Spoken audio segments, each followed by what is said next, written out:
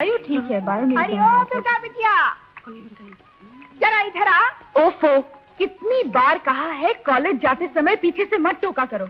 अरे धोबन का टोकना और बुराइयों का धोना दोनों बराबर होवत है। और वैसन पे तू पढ़ लिख कर कौन तीर मार लेगी? अरे डगरी हाथ में लेके बाकी लोगन की तरह नौकरी ढूंढत फिरेगी। तो से एक जरूरी बात करनी थी, इसलिए आवाज दी। बोल, सुनत है या हम जा? अच्छा जल्दी करो, बताओ क्या बात है। अरे पहले ही बात तो तेरे बाप को बताना चाहत रही, पर क्या करी, तोहार बाप तो निकामा बेकार है। अरे इस दुनिया में तो कीचड़ भी काम आवत है, पर तोहार बाप कौनू काम का नहीं। अब दूसरा तेरा भाई, वो तो बिल्कुल तेरे बाप पर पड़ा है। अब रहीन तू, तेरी उमरिया इतनी छोटी रहत, अब क्या करी, कैसे बताए तो है, पर मजबूरी है, बताना ही पड़ा। सिनेमा की डायलॉग बोलना बंद करो और जल्दी से बताओ क्या बात है। अरे सिनेमा की ढिलोग में जो बात होवत है, वो बात ई बात में ना ही होवत। बात ये है कि कल हम तोहार माँ को टीबी के अस्पताल से निकलकर बाहर जा देखत रही। TB hospital? मेरी माँ वहाँ क्यों गई थी? अंदर बहुत बड़ा कबड्डी का मैदान रही, वहाँ कबड्डी खेलने जात रही। अरे घामड़, इतना भी नहीं समझत कि लोग अस्पताल में काहे को जावत है? अरे इलाज करवाने। इलाज? हम जो डॉक्टर बाबू के घर का कपड़ा धोवत है, वो ये अस्पताल में काम करत है। डॉक्टर बाबू हमका बताई कि वो तोहार बीमार माँ का इलाज करत है। दुई दुई औलाद का, ऊपर से निकम्मे पति का बोझ उठाए के वास्ते ऊपर से अकेले मेहनत करत करत ऊका सीने में दाग पड़ गए। अगर तुम लोगन के वास्ते रोटी कमाए कमाए के ऊका ये हाल रहा, तो एक दिन तुम लोगन तो बच जाओगे, लेकिन वो बेचारी मर जाएगी। हम काका आगे तो हार मर्जी, जो जी में आए वो करो। चल धनिया, हम घर चले, चल।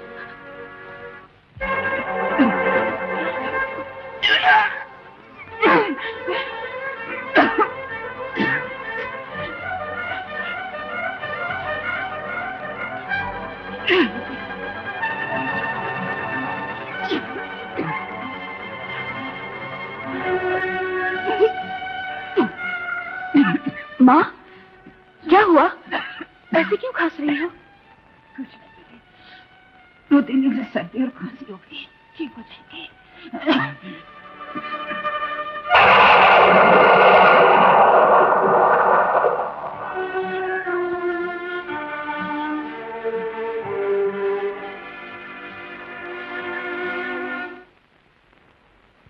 का तू काम करना चाहत है? अरे इस उम्र में तो है कौन काम ना ही मिले। अरे हाँ, एक ही काम मिल सकत है। अगर वो काम हम तुमका बताए तो तू हमका ऊपर से गालियां दे कि इतना गिरा हुआ काम हमसे करावत है। ना बाबा ना, मैं करूंगी। क्या काम है? हमका अपने मुंह से बतावत अच्छा ना ही लागत। अगर तू राजी है तो तू खुद समझ जाएगी। मगर उस काम में पैसे तो काफी मिलेंगे ना? हाँ हाँ, पैसा तो बहुत मिलत है, मगर सिर्फ पैसा ही नहीं कमाना है, तो है अपनी सेहत का भी तो ख्याल करना पड़े है। कबू कभार बीच बीच में कुछ दवाइयाँ भी खानी पड़ेगी, मतलब कुछ गोलियां बोलियां। क्या उस काम में मरने का खतरा है? ना ना ना, मरने का खतरा बिल्कुल नहीं, मगर कुछ गड़बड़ होने का खतरा जरूर है। तो फिर मैं करूंगी। अच्छा तो चल हमारे साथ। अरे चल चल। आओ दुर्गा बिटिया, डर की काहे को हो, हम जो तुम्हारे साथ है। क्यों बिजली, कैसी हो? अच्छी हूँ सेठ जी। वो कहाँ है? ऊपर है, इसे लाई हो? काहे, ये नहीं चलेगी का? अच्छा अच्छा, ले जा। जी चल दुर्गा, ऊपर चल। आओ दुर्गा। सेठ जी, लड़की बहुत छोटी है, क्या करें? पेट में जब आग लगती है तो इंसान उस आग को बुझाने के लिए हर आग में कूदने को तैयार हो जाता है। ये करेगी तो थोड़े ही दिन में आदत पड़ जाएगी।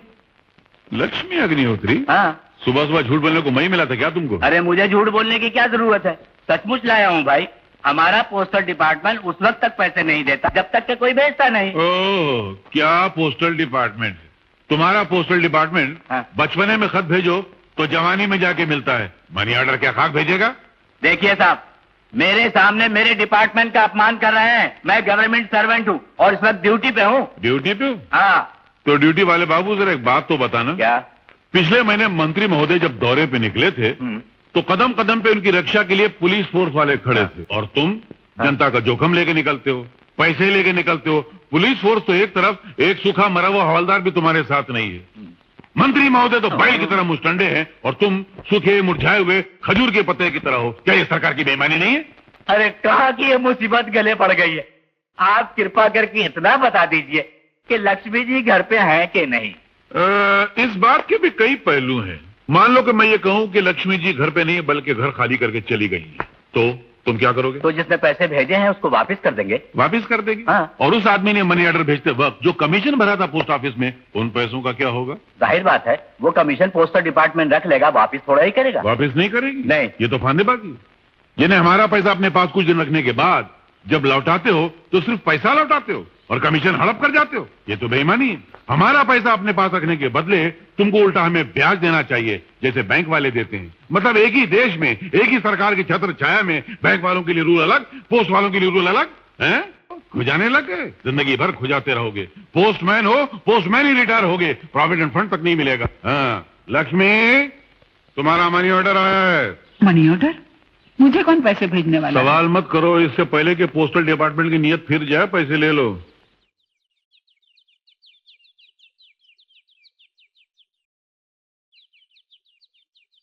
पोस्टमैन जी। पैसे दे दिए? हाँ जी दे दिए। अब एक बात बताओ, क्या? इसका क्या प्रूफ है कि यही लक्ष्मी अग्निहोत्री है? मान लो अगर मैं ये कहूँ कि तुमने सही औरत को पैसे नहीं दिए, ये लक्ष्मी अग्निहोत्री नहीं पार्वती अग्निहोत्री है, तो? तुम जाओ भाई, इन्हें तो बोलने की आदत है। मैं ही लक्ष्मी हूँ। बहन जी एक बात सच बताइए, ये सचमुच आपके पति हैं? हाँ, क्यों? आप कैसे निभा रही हैं इनके साथ? आपकी बर्दाश्त की दाद देनी चाहिए। बहन जी अगर मैं इनकी पत्नी होता ना तो पहले दिन ही खुदकुशी कर लेता। अरे तुम क्या खुदकुशी कर लेते? मैं तुम जैसी निकम्मी औरत को पहले दिन ही गला घोट के मार देता। मैं जाता हूँ, मुझे चक्कर आ रहे हैं। चक्कर ही आएंगे इस उम्र में? शमशान में जाकर चिता में लेटने के बजाय लोगों की चिट्ठियां बांटते फिर रहे हो। चलो भागो, नहीं तो यहीं मरोगे। चलो जाता क्या है? कमला टीवी हॉस्पिटल रोड। ये कमला कौन है? कुछ याद नहीं। अरे हो सकता है तुमने किसी के घर में खाना पकाया हो, उस वक्त उनके पास पैसा नहीं होगा। अब उनकी जमीन ने उनकी आत्मा को जगाया होगा, उनकी आत्मा ने उनके मुंह पे जूता लगाया होगा, तो शर्मिंदा होकर उन्होंने पैसे भेज दिए होंगे। ध्यान रख दो। जा, जा, जा, जा, जा।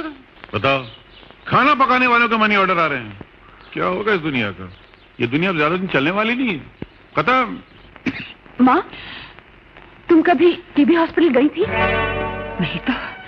मेरा मतलब है टीबी हॉस्पिटल के करीब किसी के घर खाना पकाने के लिए। नहीं, मैं तो उस तरफ कभी गई नहीं बेटी। फिर ये कमला कौन है? मैं किसी कमला को नहीं जानती। माँ, इन रुपयों का क्या करोगी? इसे संभाल कर रखूंगी। सिर्फ रखोगी? क्यों? पता नहीं किसने भेजे हैं, क्यों भेजे हैं, बगैर जाने कैसे खर्च कर सकती हूँ। और अगर कभी भी मालूम न पड़ा तो इसे कुछ दिनों तक रखूंगी। फिर दुर्गा माँ के मंदिर में जाकर उनके चरणों में रख दूंगी। जेंटलमैन, सजनों, हजरात, मद मस्त जवानों, आप सब लोग खूबसूरत जवानी की शराब पीने के शौकीन हैं और हमने यहाँ पर जवानी की शराब का मैखाना खोल रखा है। तरह तरह की खूबसूरत महबूबाएं लाकर हम लोग आपकी आगोश में डाल देते हैं और आप महान लोग धर्म, जात, पात, भाषा, बिरादरी की ऊंच नीच के भेदभाव को नहीं मानते। इसलिए हमने सारा हिंदुस्तान यहाँ पर इकट्ठा कर रखा है। 16 और 20 साल के दरमियान हुस्न की बारात। आओ मेरी रानी, आओ, आए। और ये है कश्मीर की नाजुक सी कली, कम उम्र, शर्मीली, और आज तक इस मस्ती भरी जवानी के फूल को किसी भंवरे ने छुआ तक नहीं। तो कदरदानों, लगाइए इस नौखेज कली की कीमत, लगाइए 25,000। बड़ी घटिया हैसियत है तुम्हारी। हम कली बेच रहे हैं, गोभी का फूल नहीं बेच रहे। आगे बढ़ो। 50,000, 1 लाख। डन। हम सारा हिंदुस्तान बेचकर उसकी कीमत लाया सेठ जी। जियो जियो, खाओ पियो, ऐश करो। सर, बड़ी गड़बड़ हो गई। क्या हो गया? हम लोग इस लारी में गोला बारूद भरकर कानूनपुर के उग्रवादियों को बेचने जा रहे थे। अचानक पुलिस ने पकड़ लिया। कैसे कैसे पकड़ा गया? रोको, जरा गाड़ी रोकना भाई।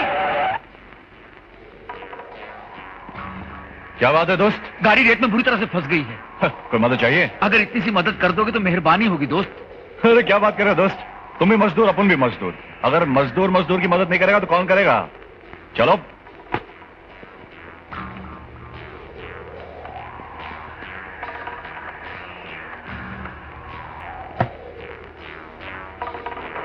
ये अर्जेंट माल है, पहुंचाना बहुत जरूरी है, वरना मेरी नौकरी चली जाएगी यार। कैसे चली जाएगी? मैं पहुंचा देता हूँ। कहाँ पहुंचाना है? पनवेल का चेक नाका क्रॉस करने के बाद मैं सामान के साथ उतर जाऊंगा। फिक्र मत करो, माल उतारो, मेरी गाड़ी में रख देते हैं।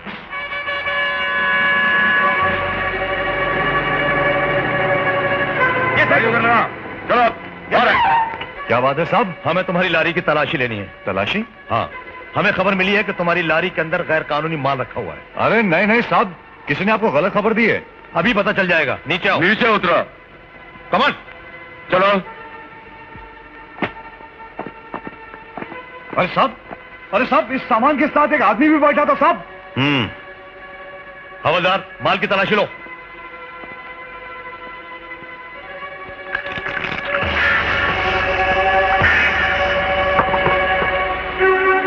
इसमें हथियार है साहब। हथियार? उग्रवादियों को हथियार सप्लाई करते हो? सब कसम से हथियार मेरे नहीं साहब। पुलिस थाना चलो, सब पता चल जाएगा। अरे साहब मगर चलो। अबे डरता क्यों खून चुके?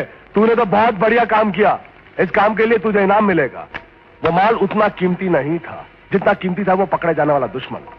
छोटी सी कीमत देकर हमने अपने रास्ते के सबसे बड़े पहाड़ को हमेशा हमेशा के लिए हटा दिया।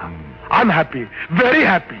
सबसे ज्यादा फायदा तो ये हुआ कि माल के साथ वो पकड़ा गया। माल किसका था ये पुलिस नहीं जानती। अब वो हरामखोर हथियारों की स्मगलिंग के जुर्म में सारी जिंदगी जेल की सलाखों के पीछे सड़ता रहेगा और हम यहाँ पर हैया करते रहेंगे। क्या राजा गाड़ी में हथियार ले जा रहा था? नहीं, ये झूठ है। जरूर किसी ने राजा को फंसाने की चाल चली है। हाँ। तुम क्यों मार खाए वो वकील की तरह कानून का खंभा खुरचने की कोशिश कर रही हो? न ये कोई अदालत है, न मैं कोई हाई कोर्ट का जज हूं, न तुम कोई वकील हो। उसने स्मगलिंग की है नहीं की है ये मालूम करना अदालत का काम है। तुमको क्या लेना देना? चुपचाप खड़े रहो। हम पुलिस स्टेशन जाके राजा से उसके बारे में सही मालूमात हासिल कर सकते हैं। अरे नहीं बेटी, नहीं। हथियार स्मगलिंग करना एक खतरनाक जुर्म है और ऐसे मुलजिम से मिलने की किसी को इजाजत नहीं दी जाती।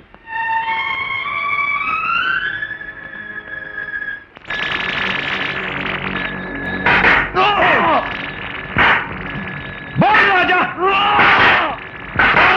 बोल बोल।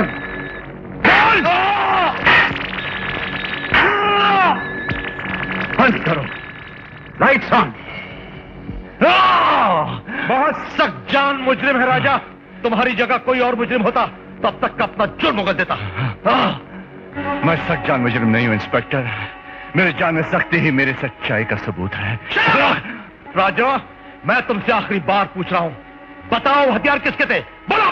और मैं भी आखिरी बार जवाब दे रहा हूं, मुझे कुछ नहीं मालूम, कुछ नहीं मालूम। तुम झूठ बोलते हो। तुम नाजायज हथियार सप्लाई करने का धंधा करते हो। नहीं, तुम अपने देश के दुश्मनों के हाथ मजबूत करते हो। नहीं नहीं, अपने देश अपनी मातृभूमि के साथ गद्दारी। नहीं नहीं नहीं, मैं अपने देश के लिए जान दे सकता हूं, लेकिन देश के साथ गद्दारी कभी नहीं कर सकता। जान तो तुम दोगे राजा, कानून तुम्हें तुम्हारे जुर्म के बदले फांसी पर चढ़ा देगा। तुम्हें सजा होगी।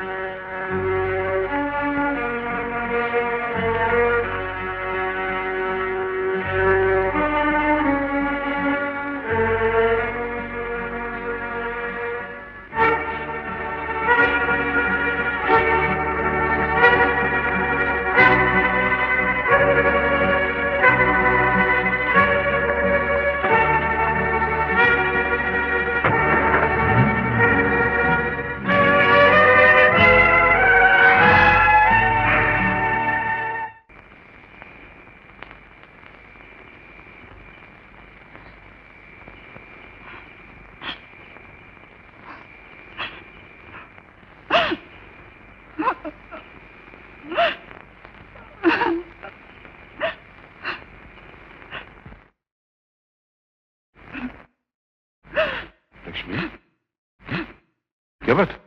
क्या बात? कुछ तो है लक्ष्मी। बरसों तक अकेली गृहस्थी चलाने वाली, हमेशा दूसरों के आंसू पोंछने वाली, आज पहली बार अपनी आंखों से आंसू छलका रही है। इसका मतलब है कि सब्र और बर्दाश्त का दामन आज तुम्हारे हाथों से छूट गया है। क्या हुआ? बताओ तुम्हें मेरी कसम। आपके साथ आपके घर में जीवन बिताते हुए मुझे परेशानियां झेलने की कुछ आदत सी पड़ गई है। हजारों तकलीफें सही, लेकिन हर तकलीफ, हर परेशानी को आपसे छुपाए रखा। लेकिन आज कुछ ऐसी बात हुई है जिसका छुपाना मेरे बस में नहीं है। मेरा कलेजा फटा जा रहा है। बात क्या है लक्ष्मी, कुछ बताओ तो सही। हमारी बेटी दुर्गा कॉलेज जाने के बजाय आजकल कहीं और जाती है। क्या? दुर्गा कहीं और जाती है कॉलेज जाने के बजाय? कहाँ जाती है? मुझे नहीं मालूम। किसके घर में जाती है?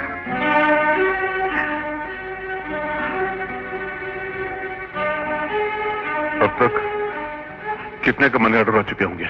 करीब 1000 रुपए तक। शायद ये रुपए दुर्गा ही भेजती रही है आज तक। मुझे भी ऐसा ही लगता है। तुमने इस बारे में कभी से कुछ पूछा? पूछने पर न जाने क्या जवाब सुनने को मिले, ये सोचकर खामोश रही। इसका मतलब है गलत काम करके पैसे कमा रही है?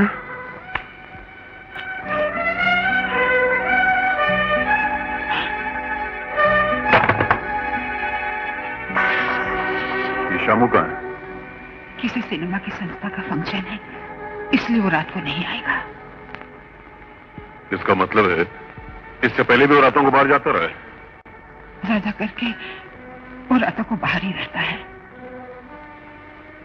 उठाओ दुर्गा को। इस वक्त तो वो सो रही है। आज बरसों बाद विश्व प्रताप ज्ञानदेव अग्निहोत्री जागा है। उसका एहसास, उसका गुस्सा जागा है। इससे पहले कि उसका गुस्सा ठंडा हो जाए, इस रात का सवेरा हो जाए, जगा उसको। मैं कहता हूं जगा उसको। माँ, क्या हुआ? ये आधी रात के समय कौन चिल्ला रहा है? तेरा बाप। इस आधी रात को तुझे नींद से जगाकर बेदार करने वाला है तेरा ये बाप। जब तू पैदा हुई थी तो हमने तेरा नाम उस देवी के नाम पे रखा था जिसकी हम पूजा करते थे, कनक दुर्गा।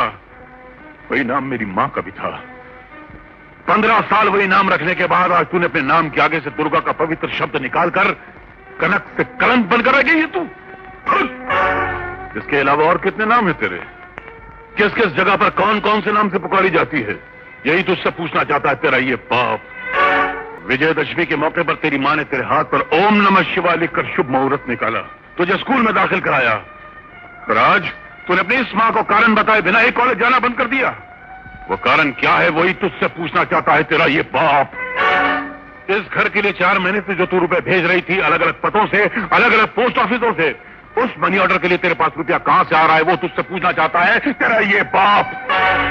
इस देश में पढ़े लिखे डिग्री वालों को 1 रुपया कमाना नसीब नहीं होता है, और तू 15 साल की लड़की, तूने 4 महीने में 1000 रुपए कमा लिए। इतनी सी उम्र में इतने सारे रुपए तूने कहां से कमा लिए, ये भी तुझसे जानना चाहता है तेरा ये बाप। ऐसी कौन सी शानदार नौकरी तुझे मिल गई है जिसके लिए कार तुझे लेने आती है और कार तुझे छोड़ के जाती है? बता वो कार किसकी है?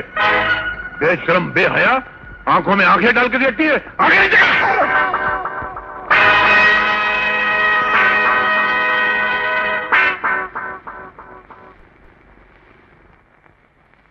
क्या हक है आपको मुझे मारने का? आप होते कौन है मुझे मारने वाले? कभी मुझे खाना खिलाया, पढ़ाया, लिखाया, पहनने को 1 जोड़ी कपड़ा दिया? कभी मेरी अच्छाइयों पर खुश हुए, मेरी बुराइयों पर मुझे डांटा? गला फाड़ फाड़ कर चिल्ला रहे हो तेरा बाप, तेरा बाप, तेरा बाप।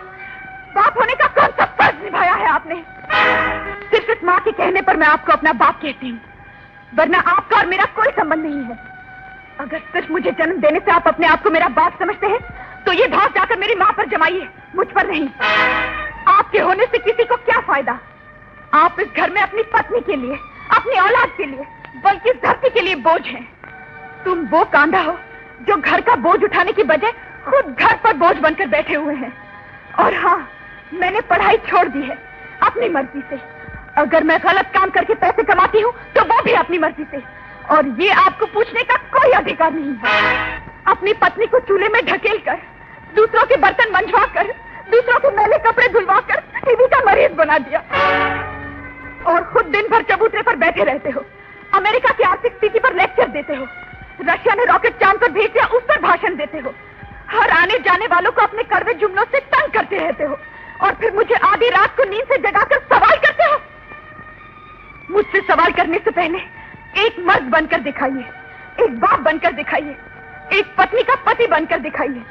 अपनी मेहनत से पहले 1 रुपया, सिर्फ 1 रुपया कमाकर इस घर में लाइए, फिर मुझसे सवाल कीजिए और तब मैं आपके सवाल का जवाब दूंगी। Good night.